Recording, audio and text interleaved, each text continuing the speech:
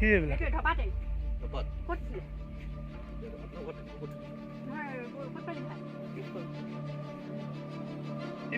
সেইটো আপুনি থৈছে নেকি চাওঁ এইফালে লৈ আহক ৰ'ব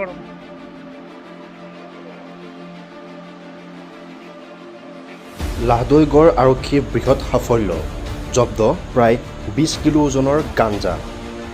অসম আৰক্ষীৰ অভিযানসমূহ সকলো ক্ষেত্ৰতেই সফল হৈছে তেনে সময়তেই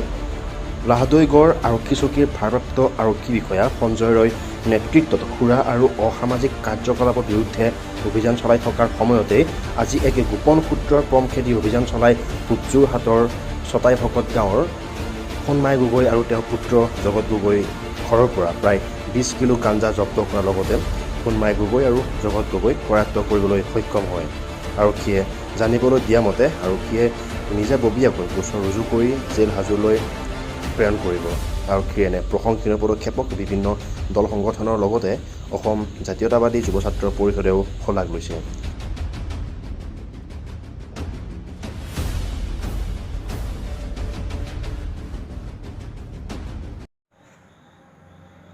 আপোনাৰ নামটো কি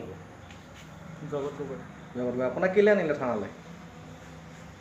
ছাৰ ধন লাগিছিলোঁ ওচৰত এনেকৈ ধনৰ বিনিময়ত লৈ আহিছে অঁ তাৰ তাত কিবা পাইছে নেকি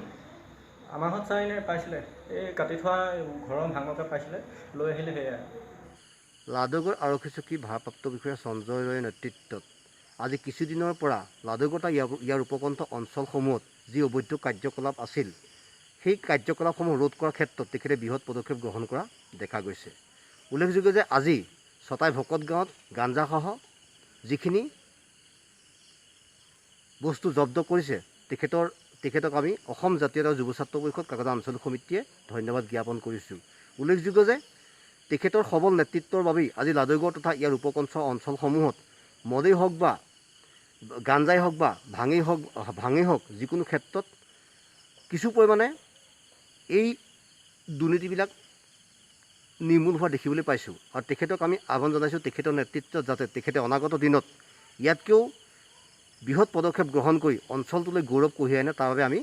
তেখেতলৈ আহ্বান জনাইছোঁ তিয়কৰ পৰা অজয় দত্ত ৰিপৰ্ট গণতন্ত্ৰ অসম অসমৰ ইমূৰৰ পৰা সিমূৰলৈ প্ৰতিটো অঞ্চলৰ প্ৰতিটো খবৰ সত্য আৰু শুদ্ধ ৰূপত কেৱল গণতন্ত্ৰ অসমত